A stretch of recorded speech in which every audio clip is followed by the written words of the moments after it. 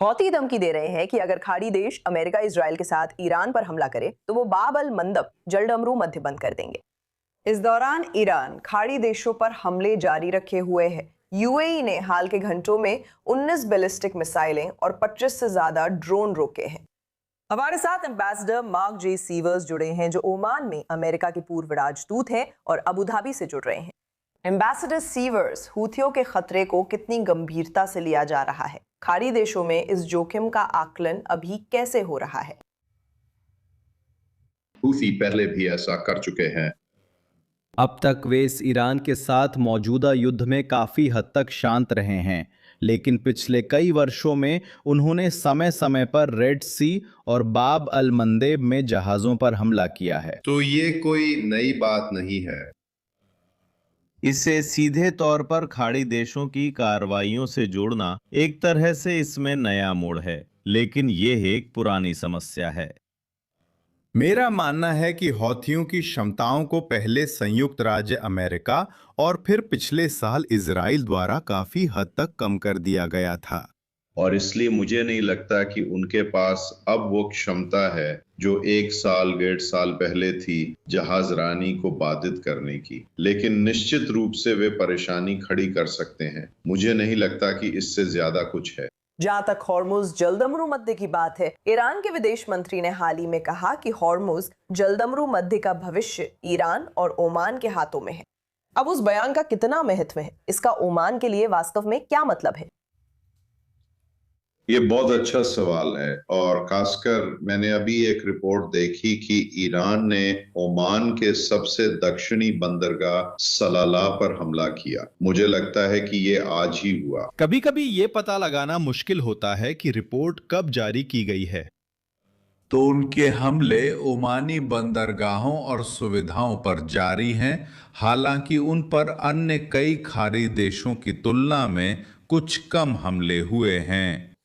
Oman ने खुद को ईरान का सहयोगी ना सही, लेकिन कम से कम ईरानी विचारों के प्रति अधिक खुला और शायद एक संभावित मध्यस्थ के रूप में पेश करने की कोशिश की है।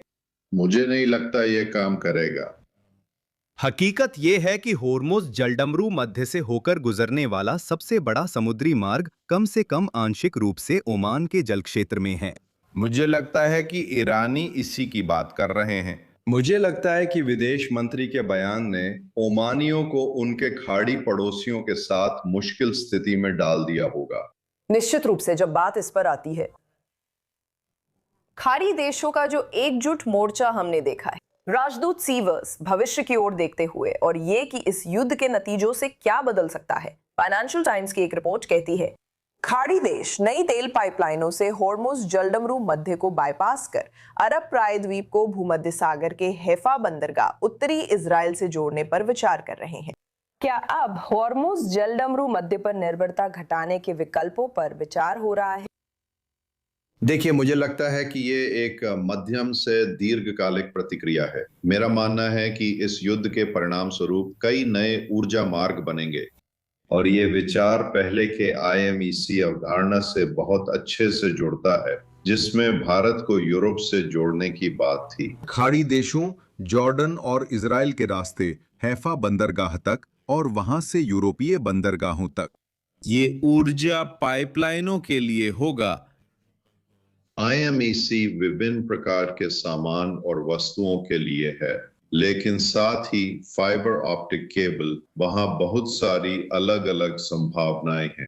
लेकिन ये अंतर्राष्ट्रीय बाजारों में तेल की कमी का तात्कालिक समाधान नहीं होगा। और मैंने कल रात देखा कि राष्ट्रपति ट्रंप ने सुझाव दिया कि यूरोप को संयुक्त राज्य अमेरिका से अधिक तेल खरीदना चाहिए, जिसके पास अधिशेष है। तो कई तरह के विचार मौजूद हैं, लेकिन अल्पकाल में मुझे लगता है कि इस संघर्ष के समाधान के हिस्से के रूप में होर्मुज जलडमरू मध्य को फिर से एक अंतर्राष्ट्रीय जलमार्ग के रूप में स्थापित करना होगा, जिसमें ईरान की ओर से कोई खतरा ना हो।